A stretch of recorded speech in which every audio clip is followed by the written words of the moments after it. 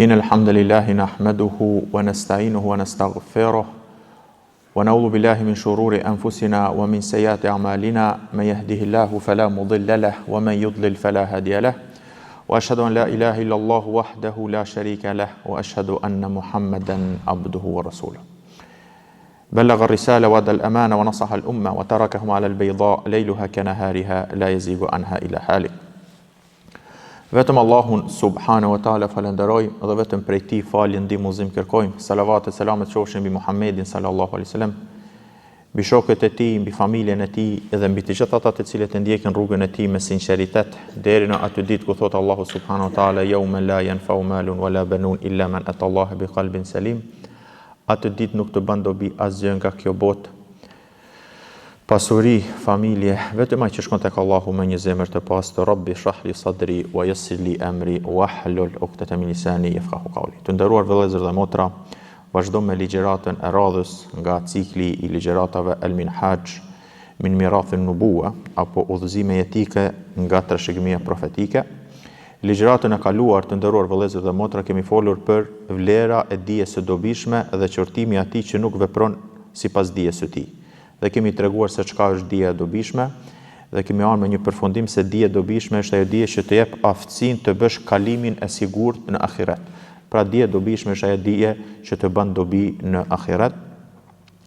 Dhe kemi fol pse Allahu subhanahu wa taala dhe pejgamberi sallallahu alaihi wasallam i dha shumë vlerë mësimit të Kuranit dhe tha khairukum man ta'allama al-Quran, më i miri nga ju është ai që mëson Kur'anin, sepse Kurani para se të jep dije të vetëdison dhe ta ngre ndërgjegjen që të punosh drejt me atë dije që e ke. Ndërsa me lejen e Allahut subhanahu wa taala sot do të flasim për tërbijetun e Nabi sallallahu alaihi wasallam ashabahu ala al-amali. Pra edukimi profetik, formimi i shokëve të pejgamberit sallallahu alaihi wasallam, si pejgamberi sallallahu alaihi wasallam edukonte shokët në frymën e veprës dhe punës. Nuk ka dyshim se pejgamberi sallallahu alaihi wasallam në shumë gjëra i ka eduku shokët e vet sallallahu alaihi wasallam, mirë po ndër ato që i ka eduku është edhe merkeziyetul amal wa mabda'ul amal, pra rëndësia dhe parimi që ka puna dhe vepra në Islam. Pejgamberi sallallahu alaihi wasallam ishte shembull praktik për shokët e tij. Pra gjithë jeta e tij ishte punë dhe veprim. Pra vetë shoqërimi me pejgamberin sallallahu alaihi wasallam ta jepte dhe të edukonte dhe ta jepte atë se sa rëndësi ka vepra. Sepse të nderuar vëllezër dhe motra, jeta e tij nuk ishte fjalë. Është fakt se suneti është fjalë dhe vepra, mirë po ajo që dominonte ishte veprat e pejgamberit sallallahu alaihi wasallam. Mu për këtë e kuptom se Islami nuk është diçka teorike, mirë po siç thonë dietarët, innama ad-din huwa amal, pra wa tafan fi hadha al-amal. Islami, feja është vepër dhe përkushtim i sinqert në të vepruar. Pra nuk është çështje veç teorike, por duhet që edhe të përkthehet edhe në vepra. Mu për këtë nderuar vëllezër, ai që e lexon jetëshkrimin apo biografinë e pejgamberit sallallahu alaihi wasallam, mediton rreth jetës së tij, mundohet të nxjerrë mësime nga ai, pra sadopak do ta kap ajo drita siç i kapi shokët e pejgamberit sallallahu alaihi wasallam që jetuan me të drejt për drejt. Dhe e kundërta e veprimit, të nderuar vëllezër dhe motra, është fjalët e kota, thashë themet dhe kështu me radhë, siç do të vim në vijim për hadithe që flasin për një gjë të tillë. Thot Allahu subhanahu wa ta'ala në surën Al-Ma'idah, ja ayyuhalladhina amanu, o ju të cilët keni besuar, la tas'alu an ashya'in, mos pyetni për gjëra, in tubda lakum tasu'kum, nëse juve ju qartësohen ato gjëra, juve nuk ju vjen mirë. Wa in tas'alu anha hina yunazzal al-Qur'anu tubda lakum. Dhe nëse thot pyetni, pra dukur zbret Kur'ani për ata gjëra, pra thot tubda lakum, nuk do t'ju vi mirë. Afallahu anha, Allahu ju fat, wallahu ghafurun halim, Allahu thot është falës dhe i butë. Pra të nderuar vëllezër dhe motra, ky ajet na tregon se nuk është e pëlqyer që të pyesim shumë gjëra dhe do të vinë pra në vijim cilat janë ato gjëra që nuk lejohet besimtari të pyes. Arsyeja e zbritjes së këtij ajeti ka disa transmetime, mirë po një nga ato transmetimet është kur obligu haxhi një nga shokët e pejgamberit sallallahu alaihi wasallam, Suraka ibn Gjashim i tha, e fi kulli amin, pra a për çdo vit e kemi obligim haxhin, pejgamberi sallallahu alaihi wasallam tha, law qultu nam la wajabat. Po të kisha thënë po, ishte obligu. Pra kjo tregon për butësinë dhe mirësinë që kishte pejgamberi sallallahu alaihi wasallam umetin e vet. Para mendon të nderuar vëllezër dhe motra, kishte qenë obligim haxhi për çdo vit. Kush nga ne kishte mujt ta kryej. Edhe nëse ndoshta ne kishim pas pra mundësi ta kryejm, domethënë mundësi teknike në atë vend sot me rritjen e popullsisë dhe kështu me radhë kishte qenë diçka e pamundur. Pra, kjo tregon se disa gjëra që nuk kanë dobi, nuk duhet që t'i pyes besimtari. Thjesht duhet mu mjaftu me ato gjëra që na ka tregu Allahu dhe pejgamberi sallallahu alaihi wasallam. Po ashtu arsye tjetër që thuhet se ka zbrit kjo ajet, njëri shkoi tek pejgamberi sallallahu alaihi wasallam dhe i tha men ebi, kush është baba im? I tha Ebuk Hudhafe, baba jot është Hudhafe. Kjo tregon se këto janë, si më thënë, trashëgimi e ignorancës që njeriu të dyshojë në babain e vet. Dhe pejgamberi sallallahu alaihi wasallam kur e pyeti dikush kush është baba im, u nervozu. Pra, u zemëru me këtë pyetje. Pra, nuk është nga Islami që njeriu të shtin dyshime, pra të dyshojnë për babën e vet dhe kështu me radhë. Pra, pyetje që janë të panevojshme, pyetje që fare nuk e shtojnë imanin dhe kështu me radhë. Po ashtu Allahu subhanahu wa taala thot: "Kul ma as'alukum alayhi min ajr." Thuaj o Muhammed, unë prej jush nuk kërkoj kurfar shpërblimi për këtë Kur'an, wa ma ana min al-mutakallifin, e as pretendoj të jem diçka që s'jam.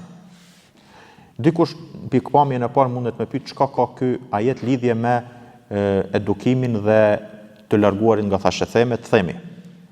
Fillimisht të nderuar vëllezër dhe motra, komentimet e Kur'anit mund të bëhet në disa mënyra. Mund të bëhet ajet me ajet, mund të bëhet ajet me hadithin e pejgamberit sallallahu alajhi wasallam dhe komentimi mund të bëhet ajet me fjalët e sahabëve.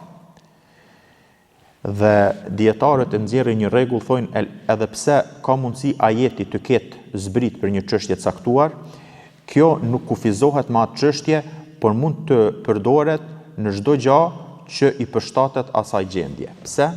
Është një rregull el-ibratu bi umum al-lafz wala bi khusus as-sabab, që do të thotë ajo që merret në konsiderat është kuptimi i përgjithshëm i fjalës dhe jo pra shkaku i veçantë i zbritjes. Pra nëse ka zbrit një ajet për një ndodhi të caktuar në kohë të pejgamberit sallallahu alajhi wasallam, kjo s'do të thonë se kjo kufizohet ky ajet vetëm me atë ndodhi dhe nuk mund të përdoret dhe të zbritet në çështje që mund pra dhe i përngjason apo mund të nxirret nga ai ajet.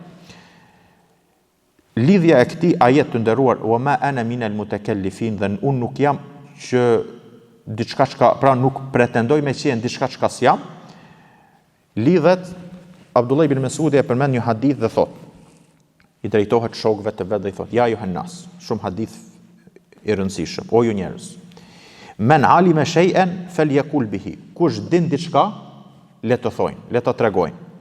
Wa man lam ya'lam falyakul Allahu a'lam. Mirë po, nëse nuk dini, thoni Allahu e din.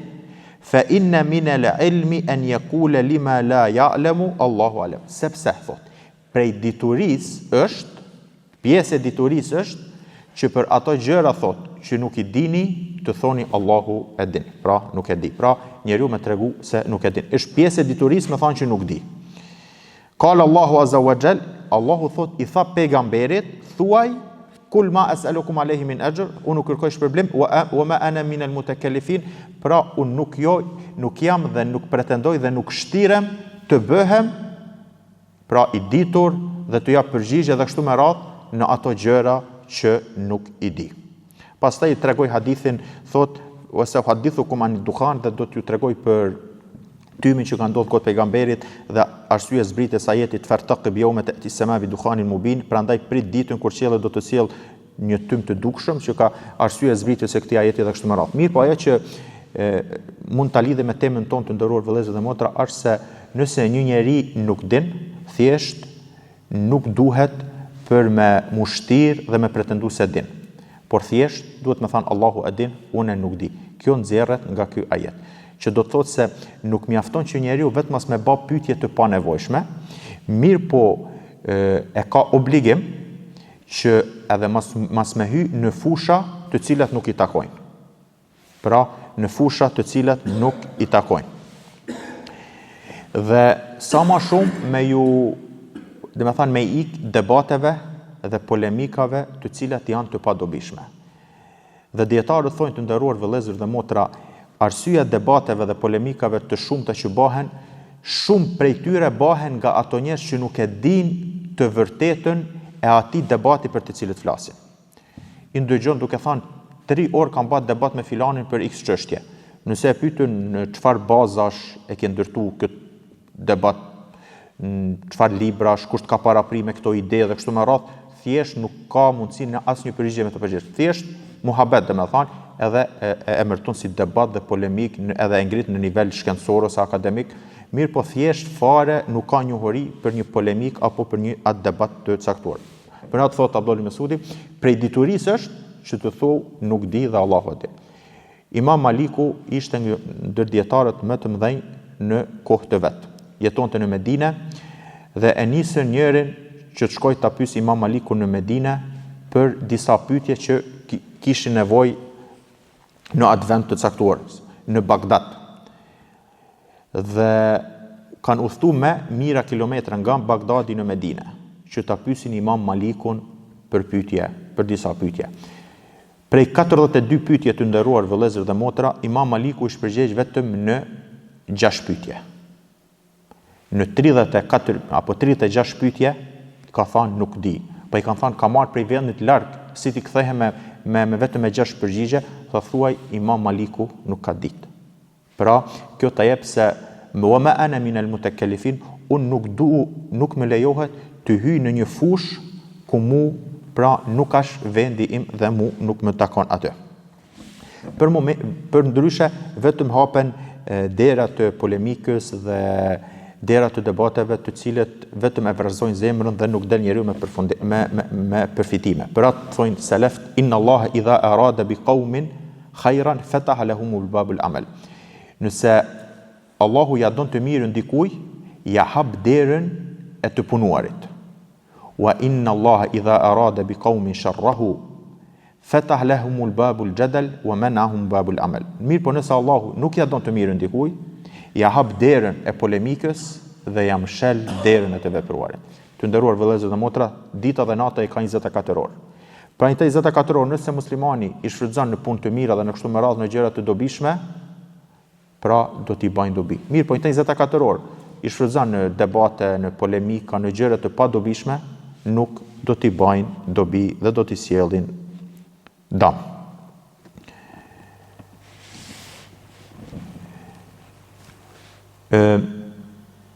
Për fat keq, gjatë historisë së Islamit me fraksione të ndryshme, shumë janë dhënë polemikës.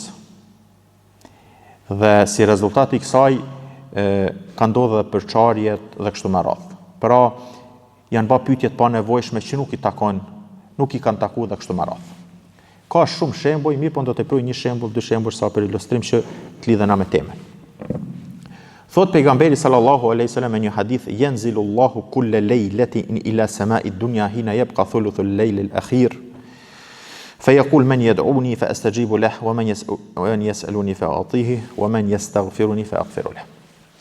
Thot pejgamberi sallallahu alaihi wasallam në një hadith, për çdo natë thot Allahu zbritën në qiellin e dunjas kur metën 1/3 e fundit e natës dhe thot kush më lutet mu, pra që t'i përgjigjem, kush kërkon nga unë që t'i jap, men yastaghfiruni fa aghfiru lahu, kush kërkon falje nga unë që t'ja fali dhe kështu me radhë. Pra të nderuar vëllezër dhe motra, nga ky hadith kuptohet se Pejgamberi sallallahu alaihi wasallam do me na tregu se është mirë dhe duhet që njeriu të zgjohet në këtë pjesë të natës, të drejtohet Allahut subhanahu wa taala me lutje, ta ndi një el-uns billah, një lloj një si më thon një el-uns billah, si përkthehet në një farë afërsi shpirtërore. Pra, ta ndi një afërsi shpirtërore me Allahun subhanahu wa taala. Shumica prej fraksioneve, për fat të keq, kanë ikë nga koncepti dhe arsyeja pse pejgamberi sallallahu alaihi wasallam na ka tregu me këtë hadith dhe kanë bë pyetje. Si zbritën Allahu? Nëse zbritën këtu është ditë, atje është natë. Nëse zbritën a lën arshin, nëse lën arshin pa përngjasom Allahun me krijesa, do të thonë pyetje që ma anzal Allahu biha min sultan. Nuk kërkohet nga ky hadith të tregojmë ne se si zbret Allahu. Mirë, po nga ky hadith kërkohet nga ne që të zgjohemi në këtë pjesë të natës dhe të lutemi Allahut subhanahu wa taala. Pra, të lesh qëllimin kryesor dhe objektivin kryesor të hadithit dhe dalësh dhe të pyesësh për gjëra që as nuk të bajnë dobi, vetëm të çojnë më afër devijimit. Pra, ne nuk e dim si është Allahu, që ta dim se si zbret Allahu subhanahu wa taala. Mirë po, derisa pejgamberi sallallahu alaihi wasallam na ka treguar me një hadith, dhe hadithi është i vërtet, ne e pranojmë atë gjë duke mos i dhënë formë dhe thomë që Allahu subhanahu wa taala zbret ashtu siç i takon madhërisë së tij. Po ashtu pejgamberi sallallahu alaihi wasallam thotë yadhakullah, Allahu qeshën me dy persona, që të dy hyjnë në xhennet. Pra njëri e mbët, ky vdekën shahid, tjetri pendohet, pastaj vdekën rrugt të Allahut edhe ky vdekën shahid. Me këto dy persona Allahu subhanahu wa taala qeshën. Tash na vend se me ndi mirësinë e Allahut, si e kanë kuptuar sahabët kur e pyetën pejgamberin sallallahu alaihi wasallam, a qesh a buzëqesh apo qeshën Allahu subhanahu wa taala? Pejgamberi sallallahu alaihi wasallam tha naam. Atë çka than? Len na'dima. Pra nuk si më than, nuk mungon len na'dimu khairan min rabbin yadhhak. Nuk mungon e mira nga një Zot që buzëqesh. Pra duke vend që mi nxjerr dobin, mirësin, si me thanë, butësin që ka Allahu subhanahu wa taala me robët e vet, disa nga ato shkojnë dhe si qeshën Allahu, a nuk e paska ditë se do të ndodh kjo, pastaj kur ka ndodh ashtu çudit dhe ka qesh dhe kështu me radhë. Pra, për një të nderuar vëllezër dhe motra, janë të ndaluara pyetje të cilët sahabët kur pejgamberi sallallahu alaihi wasallam i tregonte, kur ata e kuptoheshin dhe u mjaftoheshin me ato pyetje të cilët nuk i bëshin, atëherën as neve nuk na takojnë që t'i bëjmë pyetje si, pse dhe kështu me radhë. Pra këto janë ato pyetje që nuk i sjellin dobi besimtarit. Thot pejgamberi sallallahu alaihi wasallam, pra për rëndësinë që ka puna dhe vepra dhe largimi nga thashëthemet, pyetjet e panevojshme, të padobishme dhe kështu me radhë, thot ma nahaytukum anhu fajtanibu. Ato gjëra të cilët unë ju kam ndalu, fajtanibu, largonuni. Wa ma amartukum bihi faf'alu minhu mastata'tum. Dhe ato të cilët ju kam obligu, atëherë kryni sa keni mundësi, fa inna ma ahlaka alladhina min qablikum, sepse një prej arsyeve kryesore të cilët janë shkatruar ato të cilët ishin para jush, kathratu masailihim, pyetjet e shumta, pyetjet e panevojshme, wa ikhtilafuhum ala anbiya'ihim, dhe wa ikhtilafuhum, pra, dhe mos pajtimi dhe kundërshtimi tek çështjen e pejgamberëve. Pra, të nderuar vëllezër dhe motra, nga ky hadith kuptojmë se shumë gjëra në Islam janë të qarta. Halali është të qartë dhe harami është të qartë. Pra, janë çështje muhkem, që nuk ka dy kuptime. Namazi, zeqati, agjërimi, haxhi dhe kështu me radhë, ndalimi i alkoolit, imoralitetit, drogës dhe kështu me radhë. Pra, janë çështje prera që njeriu nuk ka hapësirë për me pyet pse, si, ku tek. Thjesht i nënshtrohet dhe i kryen këto obligime. Është interesant të nderuar vëllezër, dhe besoj që edhe ju jeni dëshmitar të që ekziston një kategori në mesin tonë dhe në çdo kund, disa njerëz që as nuk i kryen obligimet, janë njerëz më larg obligimeve, kryerjeve të obligimeve, janë njerëz që më së shumti i bajnë ndalesat dhe pastaj kapen me një detaj dytësor të Islamit, thonë pse Islami, pavarësisht në çfarë kontekstit ka një çështje e caktuar, mirë po i bajnë disa pyetje që pse Islami i ka ndaluar diçka ose pse Islami e ka lejuar një gjatë tillë. Pra ajo është çështje që ka mospajtim mes dietarëve, ka hapësirë për debatim dhe kështu me radhë. Mirë po i lën të gjitha gjërat obligative. I bën të gjitha gjërat e ndaluara dhe kapet pra për një çështje dytësore që ka mendime të ndryshme për atë çështje. Për një thonë të nderuar vëllezër dhe motra dietarët, këtij kategori të njerëzve, hoxha dhe apo dietarë dhe kështu me radhë, është e pëlqyer që mos i përgjigjet, por fillimisht të udhëzohet, i thotë kryej një obligime të cilët nuk ka divergjencë, aty nuk ka mospajtim, largohen nga ndalesat të cilët kërkohen nga ti dhe kështu me radhë, pastaj kur ti kryej çdo obligime dhe kështu, atëherë hajde dhe e diskutojmë një çështje që çfarë thot Islami për një çështje të caktuar. Pejgamberi sallallahu alaihi wasallam një hadith thot kharaja Rasulullah sallallahu alaihi wasallam ala ashabihi wa hum yatanazauna fil qadar. Doli një pejgamberi sallallahu alaihi wasallam në mesin e shokëve të vet dhe ato ishin duke polemizu në çështjen e kaderit. Hadha yanzi'u aya wa hadha yanzi'u aya. Njëri përmendte një ajet që e ndihmonte mendimin e vet, tjetri e përdorte një ajet që ndihmonte mendimin e vet. Fa ka'annama sufiya fi wajhihi habbu rumman. Pejgamberi sallallahu alajhi wasallam u zemëru nga një veprim i tillë dhe u skuq fytyra saqë a thu se kishte shek në fytyrën e tij. Dhe i tha: "Ali hadha khuliqtum?" A për këtu krijuat, pra që mu marr me çështjen e kaderit, me çështjen e caktimit dhe kështu me radhë. Am bi hadha umirtum, a me këtë u urdhëruat? La tadrubu kitab Allahi ba'dahu bi ba'd. Atëherë thot, mos e goditni librin e Allahut një pjesë me tjetrën.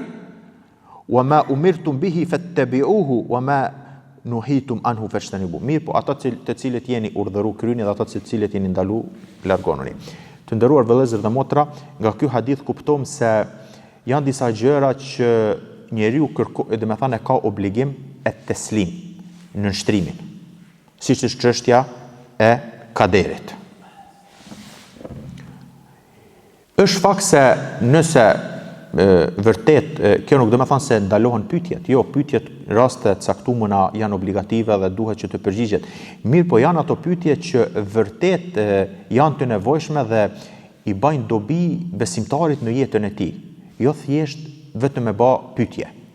Kemi rastin ku thot pejgamberi sallallahu alaihi wasallam kur paraqiti një rast që ja tregoi pejgamberi sallallahu alaihi wasallam, atëherë sahabët e pyetën dhe pejgamberi sallallahu alaihi wasallam ja tregoi. Dhe tha: "Ma minkum min ahadin illa wa qad kutiba maq'aduhu min an-nar."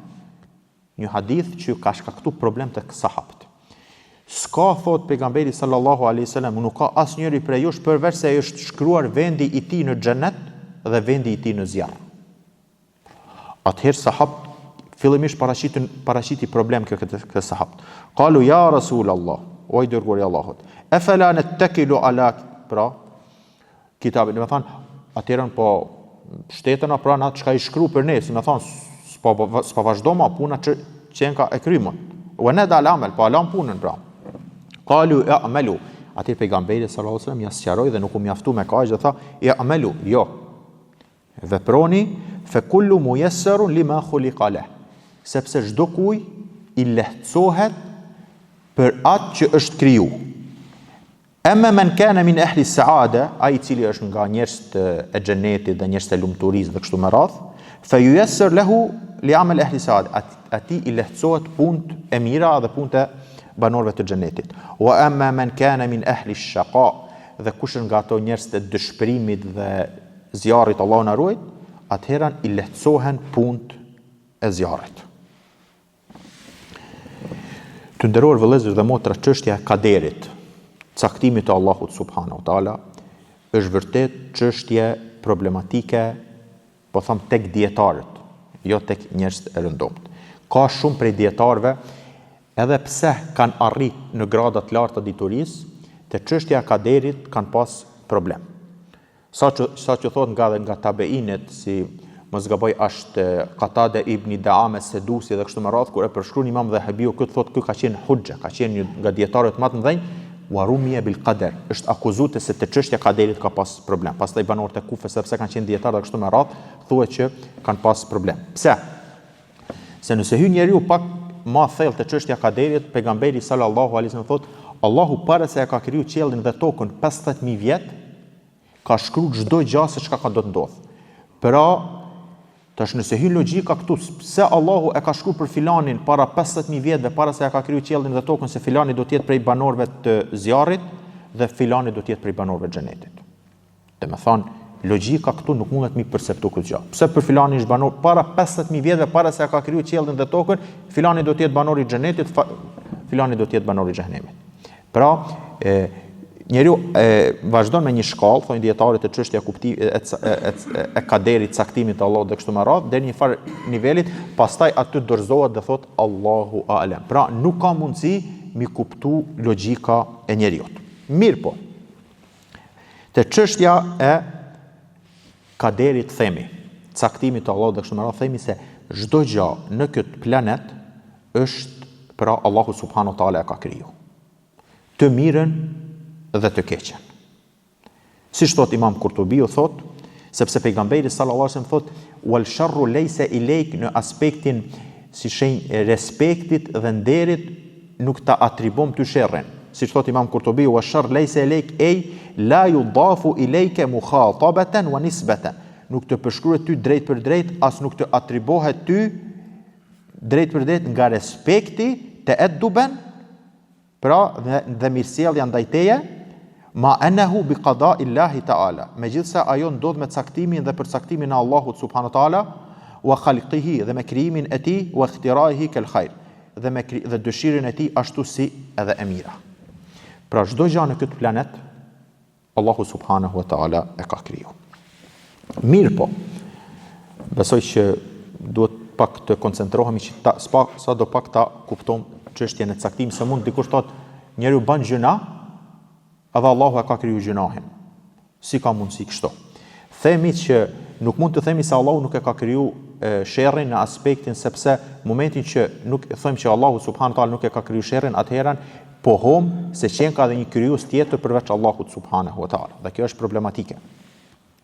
Mirë po, prej urtësisë së Allahut subhanahu wa taala është se njeriu nuk e veren këtë krijim gjatë lëvizjeve të tija që i vepron. Pra, ka mundësi një njeri me shku në xhami, ka mundësi një njeri me shku mi ba Allahut mëkat. Gjatë kryerjes së këtyre veprave, njeriu nuk e ndin praktikisht prej urtësisë dhe prej përsosmërisë së Allahut subhanahu taala. Nuk e ndin a thu se është i impunuar me shku një vend apo në vend tjetër. Janë rrethanat, shoqënia dhe kështu me radhë, janë që janë ndihmojnë njeriu me bë vepra të mira ose vepra të këqija. Mirë po, njeriu subhanahu taala, njeriu nuk e ndin kët pra në veprat e tija. Pra është i lirë. Pastaj njeriu zgjedhën çfarë don. Mu për këtë thonë, krijimi i sherrit është kosto e dëshirës lirë, që do të thotë se njeriu nuk ka mundësi mu marrë në llogari, mu shpërbly apo mu dënu për çështje të cilët kishte qenë impunuar.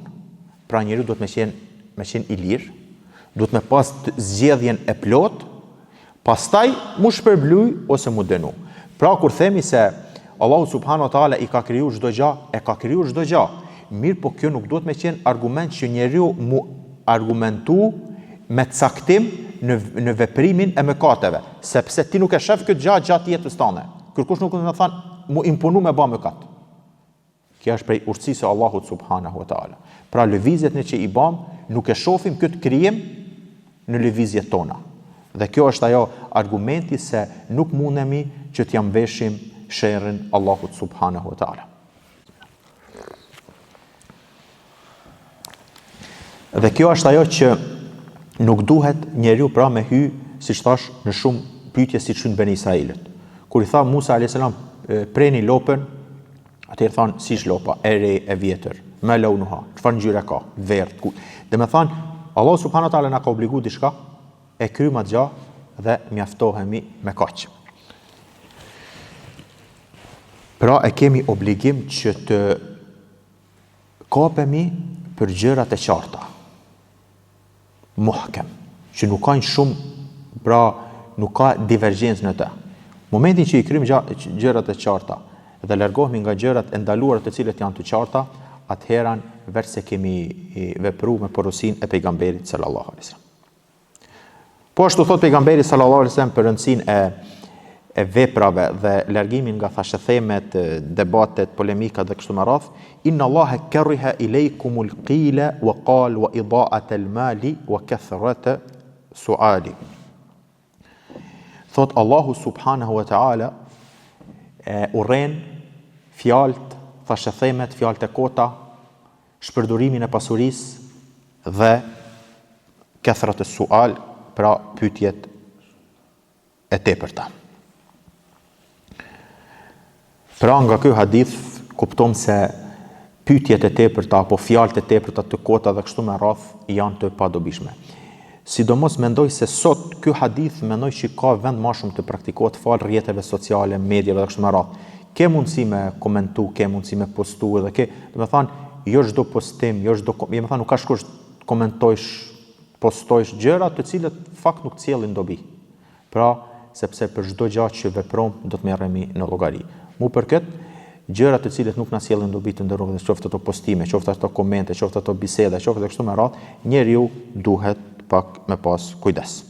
Dhe hadithi tjetër të cilën tregon pejgamberi sallallahu alaihi wasallam për rëndësinë e punës dhe larg veprave, larg polemikave dhe kështu me radhë, thot badiru bil a'mali fitanan. Thot nxitoni me punë të mira, thot para se të vinë sprovat dhe fitnet. Ke qit'i lejlil mudhlimi, thot si copëza të natës së errët. Yusbihu ar-rajulu mu'minan, ka mundsi mëngjesi e ka besimtar, wa yumsi kafira, mramja jo besimtar. O yumsi ka mu'minan, apo mramja besimtar, wa yusbihu kafira, mëngjesi jo besimtar, yabiu dinahu bi aradin min ad-dunya. E shet pra të thot fen për ndonjë përfitim të kësaj bote. Pra të nderuar vëllezër dhe motra, ky hadith na tregon për rëndësinë që ka të vepruarit. Sidomos në kohën që thot pejgamberi sallallahu alajhi wasallam akhir zaman, në periudhën e fundit të kësaj bote. Nuk ka dyshim se historia e Islamit ka përjetu fitnë sprova të ndryshme. Nga vdekja pejgamberit sallallahu alaihi wasallam ka pas mbytyje dhe kështu me radhë. Mirë po, mendoj se ky hadith nuk ka gjetë vend deri, mund të them, kohën e fundit. Pra, nga përhapja e dyshimeve të shpejta, përhapja e gjëra, pra ish lehtësu arritja, pra përhapja dhe si më thanë dyshimet dhe gjëra të cilat janë në dëm të besimit, rryma të ndryshme, ideologji të ndryshme dhe kështu me radhë.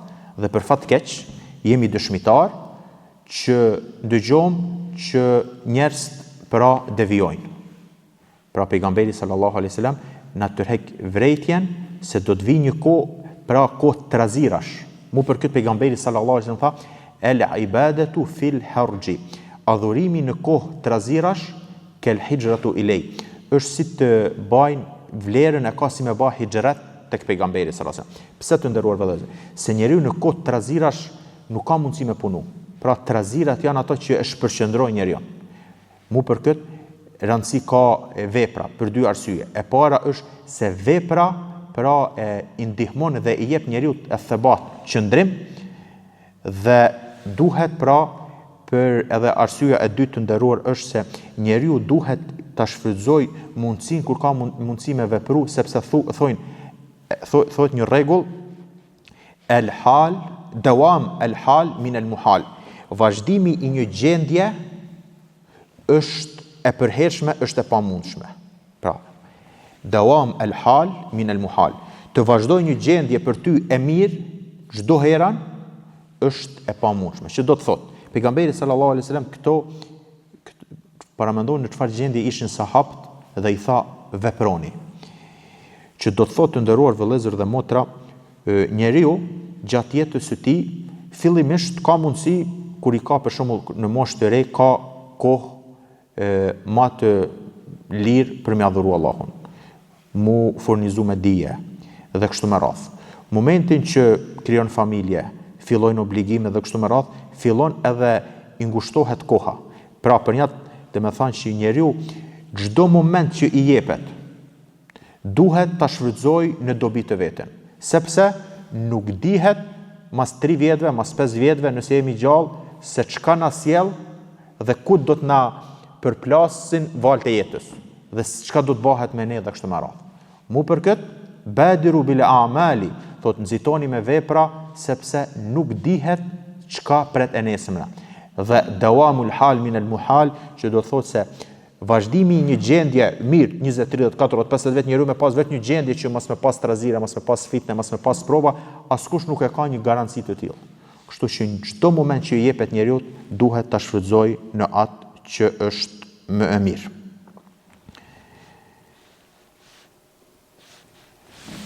Kjo të nderuar vëllezër një mesazh, pra një rezume të shkurt, është kjo nuk do me thonë se njeriu nuk i lejohet që të bëj pyetje, përkundrazi.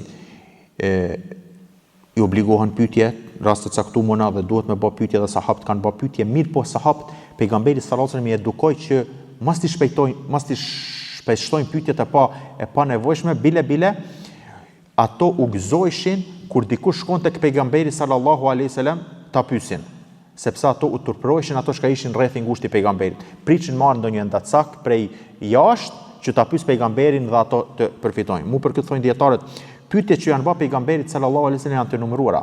Ato pyetje që kanë në Kur'an, wa yasalunaka, të pyesin ty për shpirtin, të pyesin ty për anil anfal, për plaçkën, janë të numëruara. Pse?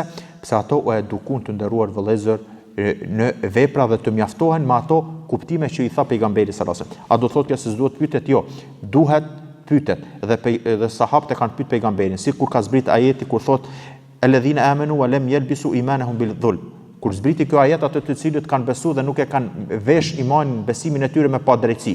Sahabët u çuditën dhe i thanë, ejuna, cili nga ne nuk bën padrejtësi? Pejgamberi sallallahu alajhi wasallam tha, lejsa dhak, nuk ka shkja innamal maqsudu shirk. Këtu e ka për qëllim inna shirka la dhulmun adhim, të vërtet shiku është padrejtësi e madhe. Po ashtu kur kanë zbrit ajetet e fundit të surës Bekare. Pra, nuk do me thënë që njerëz duhet me pyet, mirë po, ajo pyetje që e bën, a ka dobi, a ta ngrit imanin, a përfiton ti, a është e nevojshme dhe kështu me radhë, jo vetëm me qenë pyetje, po bëj pyetje, apo po bëm debate, polemika dhe kështu me radhë, dhe do ta përfundoj me një, po më kujtu tash një nga hoxhallarët, kur ishim në studime, dietarët e mëdhenj të nderuar vëllezër dhe motra i vijnë pyetje shumë. Dhe më thonë pyetje që i vijnë atyre njeriu nuk mundet edhe mi paramendu. Me rëndësi sepse ka prej gjithë botës, edhe ka mentalitete ndryshme, kultura ndryshme dhe kështu me radhë. Dhe më kujtohet na pa të thonë se prej pyetjeve të çuditshme që jam pyet thonte, kur thot Allah subhanahu wa taala në surën Kaf, kur e përmend qenin thot wa thaminuhum kalbuhum, i teti është qeni i tyre, thot jam pyet thot si e ka emri qeni e atyre që ka qenë në shpellë. Pra dhe më thonte çfarë dobie i sjell besimtarit me ditë emrin e qenit të cilin Allah ka përmend në Kur'an për tek banorët e shpellës. Pra donte më thonë që këto çështje janë çështje që pyetjet janë, do të thënë njeriu duhet mi kufizu në ato gjëra që i bajnë dobi dhe më ju largu debateve, polemikave që nuk të padobishme dhe kështu me radhë. Elusim Allahun subhanahu wa taala me na bën nga ato që përfitojmë dhe kemi dobi dhe i praktikojmë këto që i themi dhe me na bë nga ato të cilët të nderuar vëllezër dhe motra sa më pak pra bëm debate të padobishme, polemika të pa dobishme dhe kështu me radhë. Mirë po, jemi nga ato të cilët pyesim vetëm kur kemi nevojë, pyesim vetëm ato gjëra që janë të dobishme, pyesim vetëm për ato gjëra të cilët pra e ngrisin imanin, pyesim vetëm për ato gjëra që na bajnë dobi, qoftë në këtë botë apo në botën tjetër. Aqulu qawli hadha astaghfirullaha li wa lakum wa lisairil mu'minina min kulli dhanb fastaghfiruhu innahu huwal ghafurur rahim.